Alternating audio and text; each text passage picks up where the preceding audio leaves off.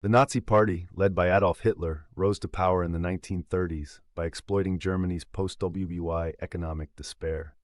Their ideology centered on Aryan racial superiority and virulent anti-Semitism, fueled by propaganda like Mein Kampf. Mass rallies such as the 1934 Nuremberg rally showcased their militaristic zeal and cult of personality. By 1933, Hitler became chancellor, dismantling democracy and instituting a totalitarian regime. This set the stage for systematic oppression, targeting Jews, Romani, disabled individuals, and political dissidents. In 1935, the Nuremberg laws stripped German Jews of citizenship, banning intermarriage and classifying them as subhuman. Propaganda films like The Eternal Jew dehumanized Jewish communities, while book burnings erased degenerate culture. Jewish businesses were boycotted, and public spaces displayed signs like "Jews not welcome." These laws normalized discrimination, paving the way for violence. By 1938, Jews were forced to carry ID cards marked with a J, isolating them further. On November 9, 1938, Nazi paramilitaries and civilians unleashed a pogrom across Germany and Austria. Synagogues were torched, Jewish-owned shops shattered, and 30,000 Jewish men were arrested. The state confiscated insurance payouts, forcing Jews to pay for the destruction. Kristallnacht marked the shift from legal persecution to open violence. The world watched, yet few nations intervened, emboldening the Nazis to escalate toward genocide.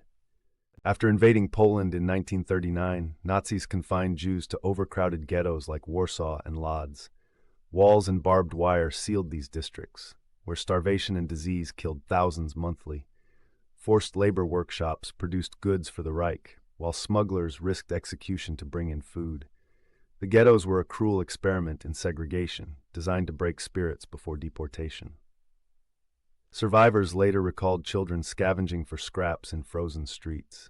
By 1942, the Nazis implemented the final solution: mass deportations to extermination camps. Victims were herded into cattle cars, packed shoulder to shoulder without food or water. Many died en route. Others were greeted by SS doctors selecting who would die immediately. Auschwitz-Birkenau, Treblinka, and Sobibor became factories of death.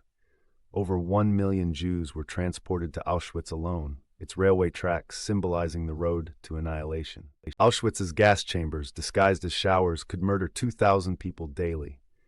Zyklon B pellets released lethal gas, while Sonderkommandos, prisoners forced to assist, burned bodies in crematoria.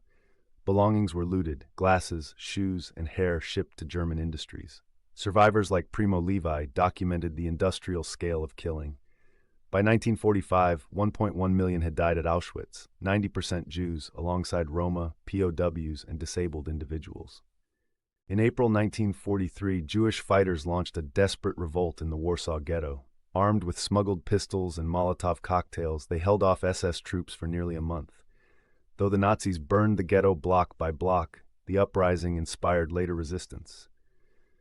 Leaders like Mordecai Anielewicz symbolized courage against impossible odds. Their legacy endures, a refusal to surrender dignity, even in the face of annihilation. As Allied forces advanced in 1945, they uncovered camps like Bergen-Belsen and Dachau.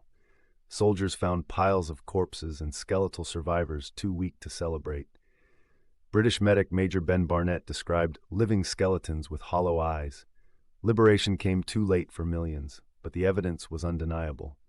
These scenes shocked the world, exposing the full scope of Nazi atrocities.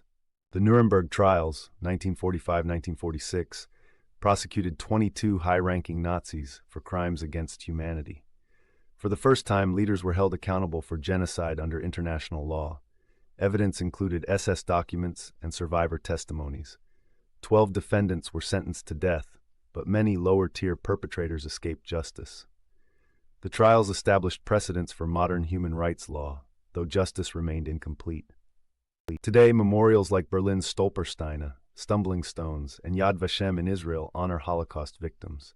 Survivors like Elie Wiesel dedicated their lives to education, warning that indifference is always the enemy. Yet anti-Semitism and genocide persist globally. This history compels us to confront hatred and protect the vulnerable, because silence, as the past shows, enables atrocity.